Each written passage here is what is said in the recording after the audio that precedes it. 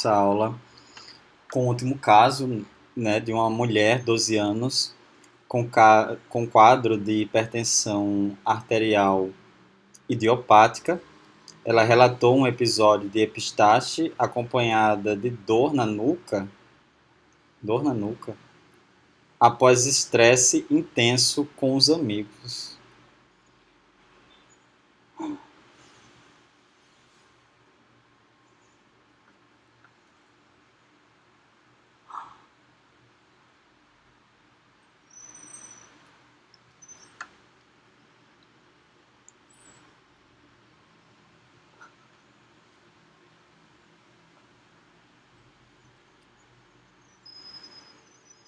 Ao exame físico, a paciente apresentava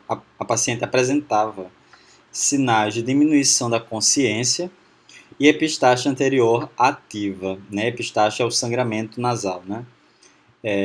Foi administrado um antihipertensivo e a paciente foi submetida a tamponamento nasal anterior.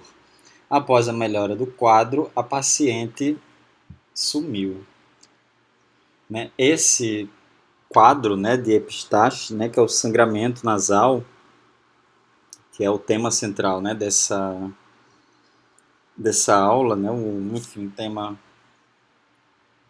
lúdico dessa aula está relacionado, né, com o suprimento, né, de uma das regiões específicas aqui da cavidade nasal, que é muito comum, né, ocorrerem fraturas, pequenas lesões, né, na superfície da mucosa que acabam promovendo esse vazamento de sangue, né? O sangue que vai chegar à cavidade nasal, ele é proveniente de uma artéria que vem lá da região do pescoço, que é chamada de artéria carótida externa. Nós vamos estudar ela em detalhes lá no sistema circulatório, né? Mas por enquanto, né, basta a gente saber que os ramos que vão suprir o nariz e a cavidade nasal, eles vão ter origem em três regiões diferentes, né? A primeira delas, e a menos relevante, é a artéria facial, né, que vai enviar um pequeno ramo aqui para a região de nariz. O segundo ramo é a artéria maxilar, tá? Que vai enviar a maior parte desses ramos.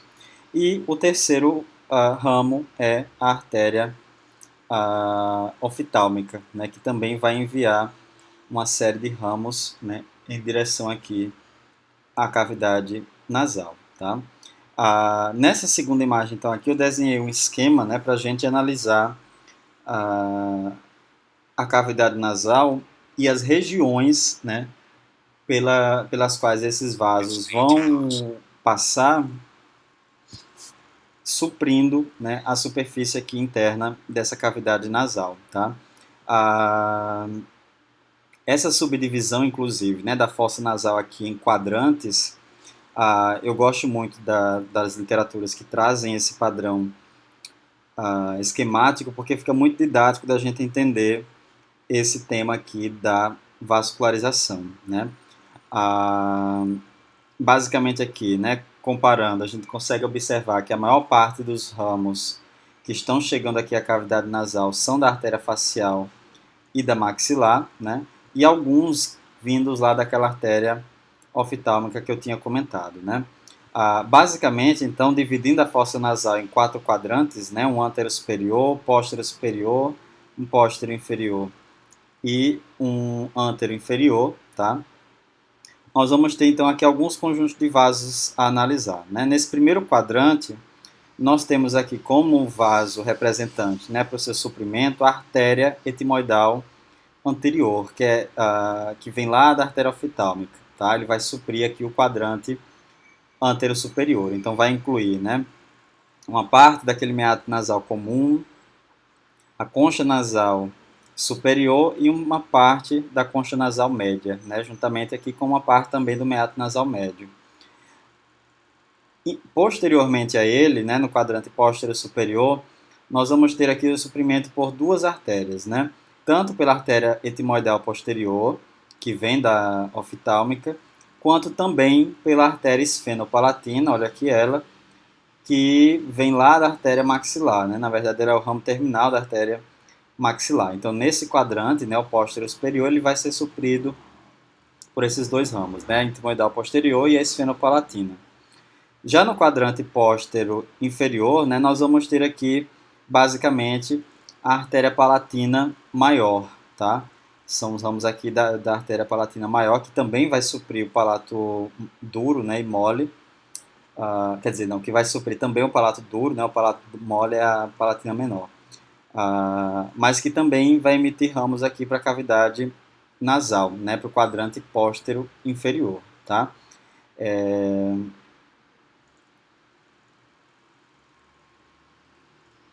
Além dela, né, essa artéria palatina maior, ela vai suprir também o quadrante antero-inferior, porque ela atravessa aqui esse forame incisivo, né, para voltar para a cavidade oral aqui, depois de entrar no palato duro, né, ele vai suprir aqui essa região, juntamente com um pequeno ramo aqui que vem da artéria facial, tá, que é chamado aqui de ramo labial, ou ramo da artéria labial superior, né, ramo nasal, né, da artéria labial superior, que vai suprir aqui, juntamente com a palatina maior, esse quadrante antero-inferior aqui da fossa nasal, né? Além de todos eles, é importante mencionar que o septo nasal inteiro ele vai ser suprido por uma grande artéria, tá? Que está esquematizada aqui com essa linha rosa, que ela passa nessa direção aqui, só que no septo nasal, que é denominada de artéria esfenopalatina, tá? Que é a mesma artéria que está aqui atrás, só que a parte dela, né, que supre o septo nasal, né? Aqui a gente tem a parte dela que vai suprir a fossa e aqui nesse esquema a parte dela que supriria o septo nasal, né? E aí o que é que isso tem a ver com o caso, né? O caso da Eleven, né? É que existe uma região da cavidade nasal que é denominada de meato nasal comum, e vocês já conhecem essa região, onde a mucosa da cavidade nasal ela é muito, como é que eu posso dizer? Muito delgada, né? Muito delicada. E algumas pessoas, quando possuem alguns processos, né, de arritmia cardíaca ou um aumento repentino da pressão do sangue no corpo, a velocidade, né, o aumento da velocidade com que o sangue está circulando pelo corpo como um todo, acaba fazendo com que essa mucosa, que é muito sensível, né, muito delicada, acabe não conseguindo resistir a essa pressão do sangue que aumenta ali naquele momento é, do aumento da pressão, né? E aí o que acontece é justamente o rompimento dessa mucosa com o extravasamento do sangue dos capilares, né? É por isso, né, que toda vez que existe aquela tensão no corpo, né, o sinal que aparece ali justamente, né, para quem assistiu a série vê lá o tempo todo, é justamente a epistaxe acontecendo, né, o sangramento nasal anterior, que normalmente não é um sangramento intenso, né? Inclusive é essa a diferença da epistaxe para a rinorreia, né? A rinorreia é quando o sangramento nasal ele é muito intenso, né? Uma rinorreia profusa, né? Com sangue ah, muito intenso. A epistaxe é um sangramento muito suave, às vezes é só uma gota, enfim, uma quantidade de sangue muito pequena, às vezes até colocando gelo ou respirando um ar gelado, né? Esse sangramento ele consegue ser estancado, né? Inclusive essa região do meato nasal comum, né, ela é conhecida na clínica, né, como com um epônimo bem primitivo que é trígono, ou é trígono, ou é triângulo de Kisselbach, né, algo mais ou menos assim, né? Mas o termo correto, o termo científico para isso é meato nasal comum, né?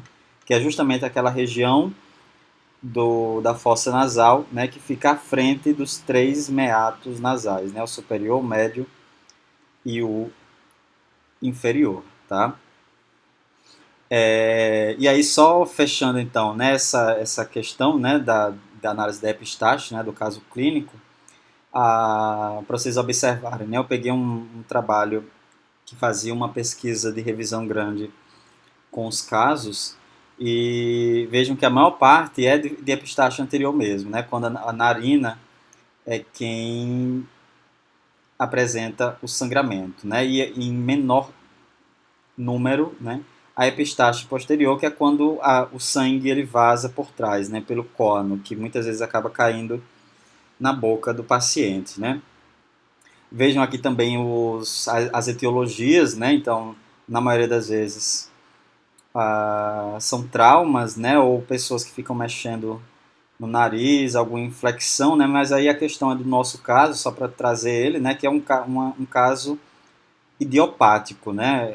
O que quer dizer que não existe uma razão para aquilo ter acontecido, né? Sempre que um sinal clínico ele não tem uma explicação, né, precisa, científica, a gente diz que essa etiologia é idiopática, né, uma alteração idiopática, né, ela existe por si, né, não existe uma explicação para isso, que, né, até aqui uma curiosidade, né, que é mais comum em mulheres, né, epistaxe idiopática, que é justamente o exemplo lá do nosso caso, tá? Então lembrando que existe a diferença, né, da rinorreia para a epistaxe simples, né? A diferença aí da quantidade do sangue, ela é a nossa referência para diferenciar isso, ok?